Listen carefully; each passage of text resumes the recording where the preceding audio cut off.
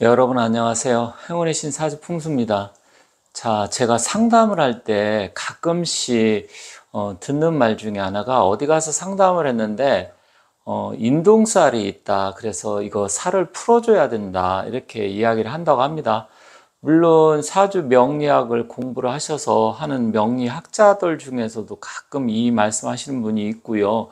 주로 무속인들이 이 이야기를 많이 한다고 합니다. 그래서 인동살이 있기 때문에 부적을 써야 된다. 아니면 살풀이를 해야 된다. 이런 말씀을 하셔가지고 무서워서 저한테 다시 상담을 하신다. 이렇게 말씀을 하신 적이 있는데, 사실 제가 이 영상은 한 3년 전인가 영상을 올린 적이 있어요. 그래서 인동살에 대해서 너무 걱정하지 마라. 사실 인동살은 그렇게 뭐 사주 명리학에서 정통 명리학에서는 신경을 쓰지 않고 실제 명리학에서는 이게 우리가 가르치지도 않고 또 명리학에 있는 내용도 아니다 이렇게 말씀드린 적이 있습니다. 그렇지만 아직도 물론 제가 영상을 올린 지가 오래되다 보니까 과거에 몇 년 전에 보신 분도 계시겠지만 영상이라는 게 이게 과거에 이렇게 올렸어도 또 새롭게 이렇게 다시 올리지 않으면 이 알고리즘에서 이것을 계속해서 다시 띄워줘야 되는데 묻히게 됩니다. 그럼 묻히게 되면 보이지가 않아요.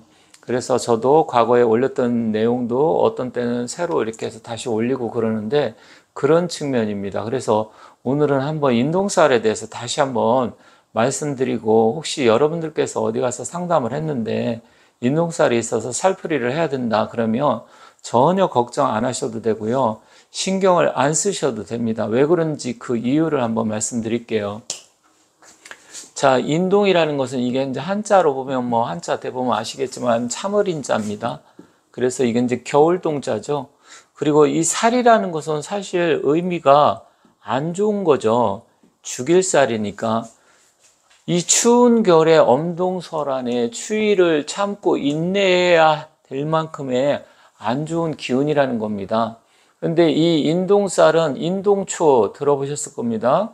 겨울 엄동설안에 추운 겨울을 딛고 꽃을 피우는 인동초 같은 거, 그거하고 비슷한 의미인데 주로 이 인동살은 생년월일이 음력으로 자기가 음력으로 따졌을 때 1일날, 3일날, 8일날, 그리고 11일, 13일, 18일, 21일, 23일, 28일 간단합니다. 외우기도 쉬워요. 그래서 음력 생일로 1, 3, 8이 들어간 이런 숫자를 갖고 태어나면 인동살이 있다고 합니다. 그런데 주로 저희처럼 명리를 하신 정통으로 이런 명리를 하신 분들은 인동살 이야기를 안 해요. 저는 사주 볼 때 인동살 이야기를 아예 안 합니다. 상담할 때 인동살 이야기를 가지고 상담한 적이 없어요. 저한테 여쭤보셔가지고 이것을 걱정하지 마라 이런 말씀은 드린 적이 있지만 제가 당신이 인동살이 있으니까 이런 부분이 문제가 돼서 이것 뭐 살풀이를 하든 부적을 쓰든지 해야 된다 이런 말씀 드린 적이 없어요. 그런데 이 인동살이 있으면 어떻다 이런 이야기를 들어보면 정말 무시무시합니다. 여러 가지가 있는데요. 일단 첫 번째로 이 조상이 잘못해서 조상의 업보 때문에 후손이 그것을 조상의 업보 때문에 후손이 다 그것을 뭐 조상이 죄를 지었던 뭐를 후손이 떠안아 가지고 고생을 한다라는 거죠. 그래서 조상의 업보를 풀어줘야 된다. 그러면 뭐 천도제를 지내든지 아니면 뭐 여러 가지 구술을 하든지 조상을 잘 모셔라 뭐 이런 이야기를 할 수가 있겠죠. 그리고 두 번째는 관제 구설 시비수도 많습니다. 관제 구설, 송사 이런 게 많고요. 이것도 하나의 관제수 있다. 구설 시비가 있다 그러면 사람이 놀라잖아요. 그리고 세 번째는 배우자 덕이 없다. 이런 것도 굉장히 많습니다. 배우자 덕이 없고 네 번째 인덕이 또 없다. 인덕이 없고 건강이 나쁘다. 어쨌든 안 좋은 얘기는 다 들어가 있어요. 이거 말고도 많습니다. 그렇게 되다 보니까 다 나쁜 이야기잖아요. 이런 이야기를 들으면 일반적인 분들은 잘 사주 명리를 모르고 어디 가서 좀 그렇지 않아도 최근에 좀 안 좋은 일이 있어서 상담을 하러 갔을 때 당신은 인동살이 있어서, 그리고 인동살이 이렇게 어떠어떤 생일을 갖고 있기 때문에 그렇다, 이런 말씀은 안 하고요. 인동살이 있는데 조상의 업보 때문에 잘못해서 당신이 그 죄를, 조상의 죄를 뒤집어 씌워서 이런 관제 구설 시비가 있고 배우자덕도 나쁘고 건강도 나쁘고 돈복도 없다, 이렇게 말을 해버리면 그럼 인동살이 뭐예요? 그럼 이런 문제를 이야기할 거 아니에요? 그 다음에 그럼 어떻게 해야 됩니까? 물어보면 이걸 풀어줘야 된다. 살풀이를 해야 된다. 부적을 써야 된다. 그런데 살풀이하고 천도제 지내면 보통 500만 원에서 1000만 원, 뭐 크게 하면 뭐 2천만 원, 3천만 원 들어가잖아요. 그리고 부적도 보통 100만 원, 200만 원, 뭐 비싼 건 300에서 500 가기도 하고요. 비싸요.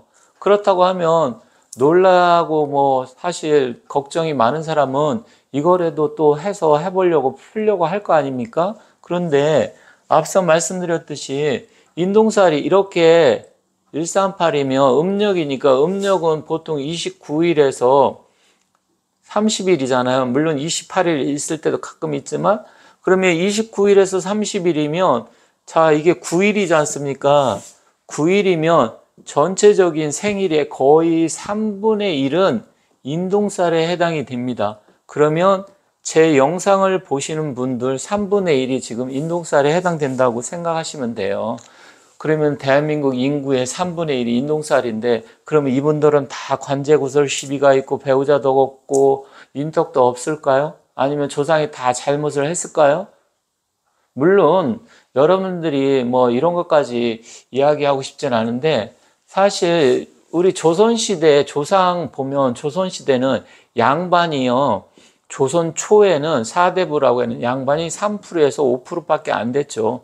조선 후기 가서 일부 몰락해서 양반을 사고 팔면서 조선 후기에는 10%까지 양반이 늘어났지만, 실질적으로 거의 50% 이상은 상놈 노비였고요.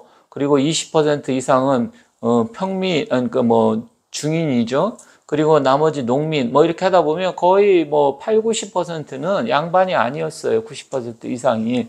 그렇게 되면 그 사람들은 평민이 뭐 조상이 크게 나쁜 일 할 일이 뭐가 있습니까? 옛날엔 다 양반들이 주로 나쁜 짓을 많이 했잖아요. 그렇게 따진다고 하면 조상의 업보가 뭐 크게 있을 일이 없잖아요. 그래서 제가 봤을 때는 이런 게 사실은 다 이 사주 명리학에서는 저희 같은 사람은 전혀 이런 걸 상담할 때 말도 하지도 않고 이것을 상담에 활용하지도 않지만, 실제로 이것을 여러분들이 어디 가서 이런 이야기를 한다고 하면 그냥 나오시기 바라겠습니다. 이것은 전혀 상관이 없는 거고 사주 명리학에도 없고, 또 실제로 우리 대한민국 국민의 거의 3분의 1이 다 인동살에 해당되고, 우리 가족의 3분의 1이 인동살에 평균적으로 보면 해당이 됩니다. 그렇게 되면 결국은 집안이 풍비박산 나겠죠. 이 정도면. 그죠?